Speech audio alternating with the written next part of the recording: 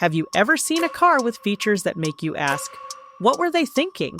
Maybe it's a car that looks amazing in ads, but when you take a closer look, you start to wonder if the designers ever thought about comfort and practicality. First up, we have the BMW Z1, a car with one of the weirdest door designs ever. Instead of regular doors, the Z1 featured sliding doors that dropped down, almost as if they were disappearing into the car.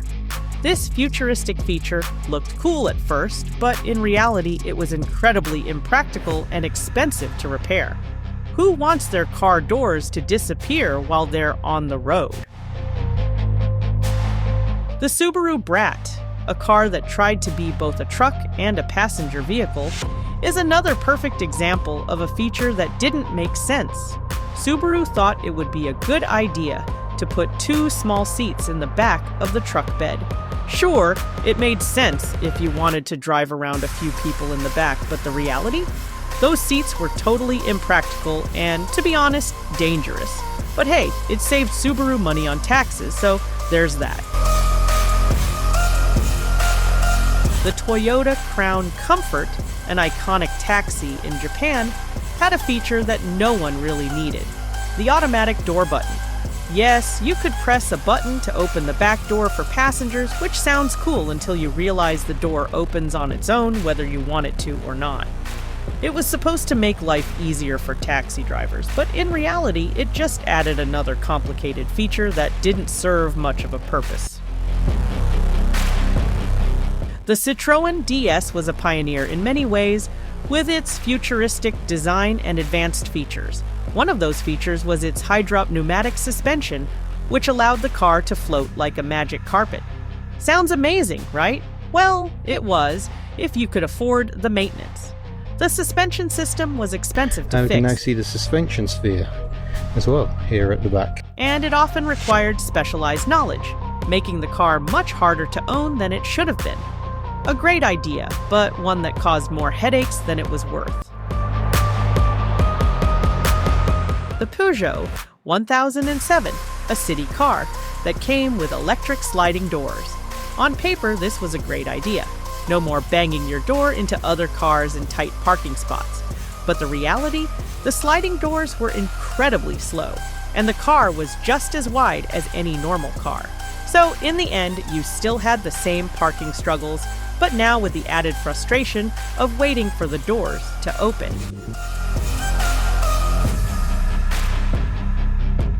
The Mazda RX-8.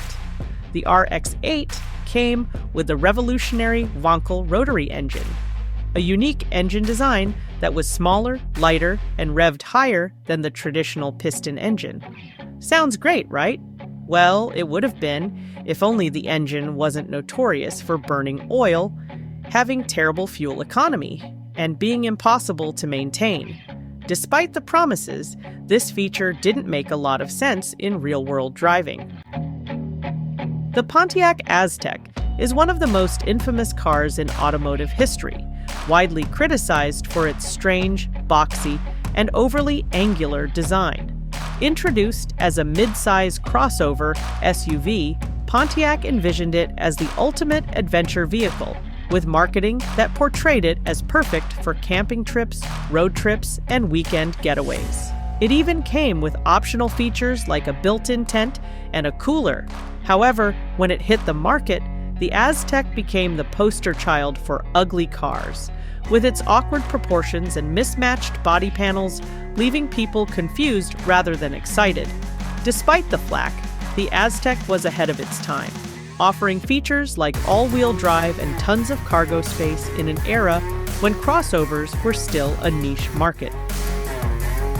Finally, we have the Ford Nucleon, a concept car that was supposed to be powered by nuclear energy.